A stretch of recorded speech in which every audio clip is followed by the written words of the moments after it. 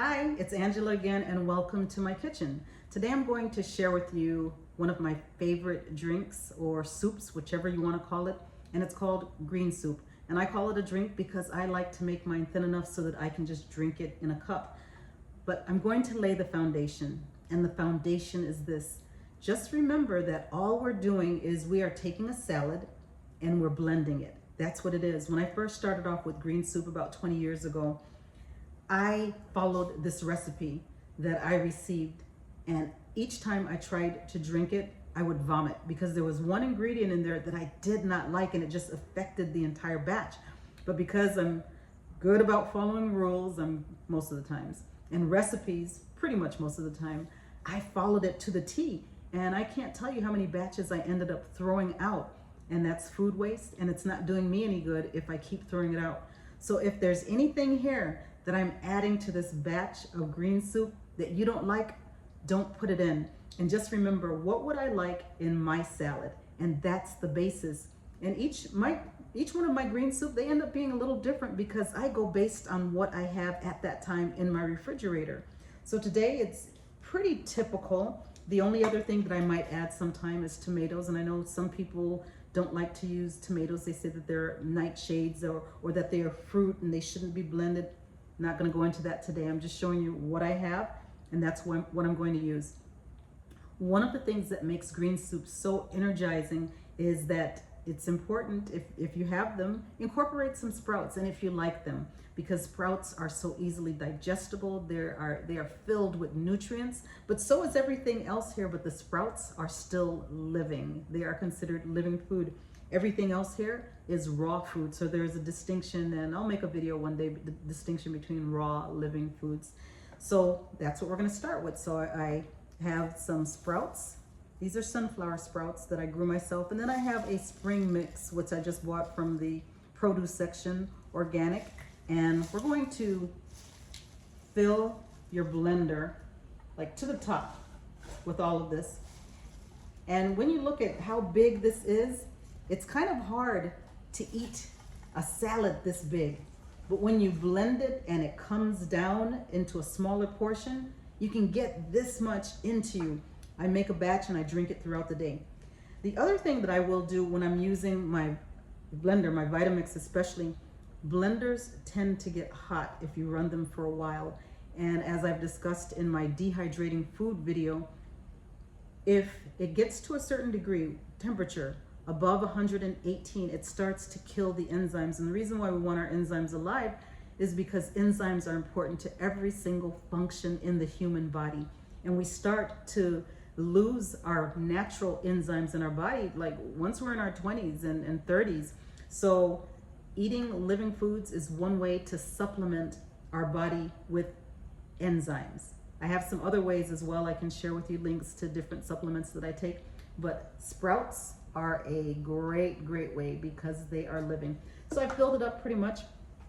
And what I'm going to do, when I make mine, I like to add a little bit of ice just to ensure that it doesn't get too hot. And the reason why that's important for me especially is because I like my green soup really smooth and creamy. Some people I notice they'll pulse their blender and they like it kind of chunky and thick where you can actually eat it with a spoon. I prefer mine to be able to drink it with a straw or just drink it in a cup. So I'm adding, let me see, 1, 2, 3, 4, 5, 6. I added 7 ice cubes to that. And typically I don't count because I add enough liquid to make it the consistency that I want anyway. So I'm not counting ice cubes. I'm just incorporating them. So we have our green mix, we have our sprouts, we have our spring mix. If you prefer all spinach, all kale, whatever it is that tastes good to you, some arugula, whatever. I also have an entire small Hass avocado. And I like the Hass, it doesn't have to be that, but I like them because they tend to be creamier. And like I said before, I love that creamy texture in my soup. So we have 1 avocado. I have the juice of a lemon, 1 fresh lemon. And that helps to preserve it as well as add vitamin C and other nutrients. So we've got that. And here what I have is that's about 1/4 of an onion.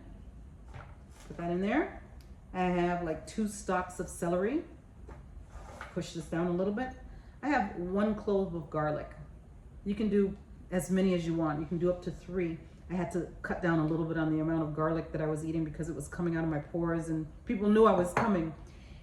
Often I'll use a whole bell pepper or even a half, but I didn't have huge bell peppers. I just had the mini ones, so I took 3 mini bell peppers and add that.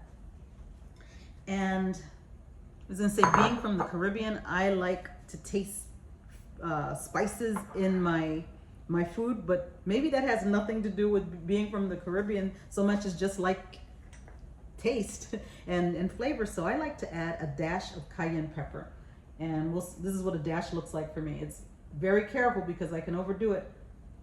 So just a few sprinkles of cayenne pepper. That's awesome. And I love cumin, and it just brings out a really nice flavor. And it's probably going to be about a half of a teaspoon. And if you don't have it or you don't like it, leave it out. Just use salt and pepper. And for those of you who are on salt restricted diets, the way you eat, I found a great substitute. It's called, let me get it right, 100% dehydrated salicornia, which is a seaweed. And seaweeds have wonderful properties, including iodine. They're nutrient dense. And this is actually silicornia in here. I opened up the package and I put some in here. Like, you're probably getting to know me now. I don't like waste. So once this was empty, this container, I filled it up and I scribbled all over it: silicornia, green salt, so that anyone using it would know. But typically I'm the only one using it. So today I'm going to use this instead of salt. Sometimes I'll use Bragg's seasoning as well, but I don't have any. So like I said, I use what I have, and it's a very subtle flavor. I thought it was subtle, but actually my son tasted some and he said that he could taste the sea in it, like a slightly fishy flavor. So if you go with it, you know, try it out. Be very careful, but I love to use it. I love to use, what else do I have here? Oh, I had some other, oh, here's another. This one is a triple blend. This is a different blend of seaweed, but I love dulse, I love kelp. And these are great ways to add iodine to your diet, as well as a lot of nutrients. So that's another one that I'll use sometimes. And then I like Himalayan pink salt. It has lots of great minerals, and I'll add that to whatever I'm eating. What else have I got? You can use adobo seasoning. I love that. I love adobo, and this is a nice organic brand that I found. What else have I got? If you don't have garlic, just use garlic powder. So I've added the seasonings, I've added the vegetables, and now it's time to add some water. And, oops, let's see. This is 4 cups of water. Let's see how much we get. It's in there. Okay. So I used the 4 cups. And let's see what we have here. And like I said, it really depends on, do you want it chunky to eat with a spoon? Do you want it smooth and creamy? Do you want it liquidy? So that's really going to depend on the feel that you like on your mouth. Okay, so put it on high.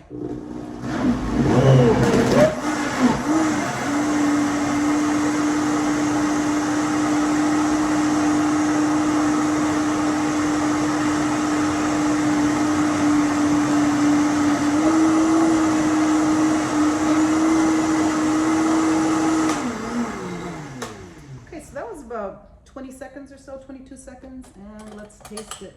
And so depending on the color of the greens, if I had used kale, it would be a darker green, but I used a mix, and as you can see, some of the leaves are not green. So it's going to give a little bit of brown tinge in there. So it really depends on what you decide to use.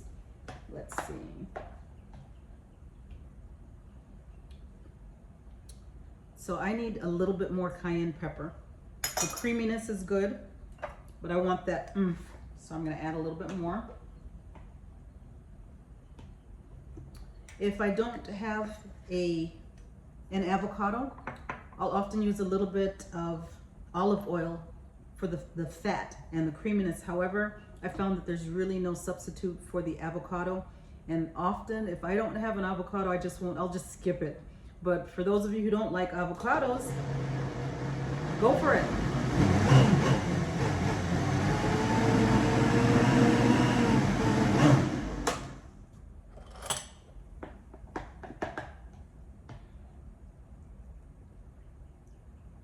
Okay, that is better. I can taste that little bite to it. So I have some extra ice cubes that I'm gonna put in here. Put this over here. And I store mine in 8-ounce mason jars and I seal them. I have another video where I show you how to seal them. And that way I can drink it throughout the day and it stays nice and fresh. Or I can even save it until tomorrow so that I'm having I'm having green juice 2 days in a row. That's good. So for those of you who are used to smoothies, it's important to just think in your mind, this is savory, this is not a smoothie, this is a soup. And that helps to get away from the idea that it should be sweet. Because so many of us, we love sweet, kind of addicted to sweets. And we might think, oh, I need to throw some apples in there. I need to throw some berries, something to sweeten it up. But it's a soup. And soups tend to be savory. So savor the savoriness. Here's to your health. Bye.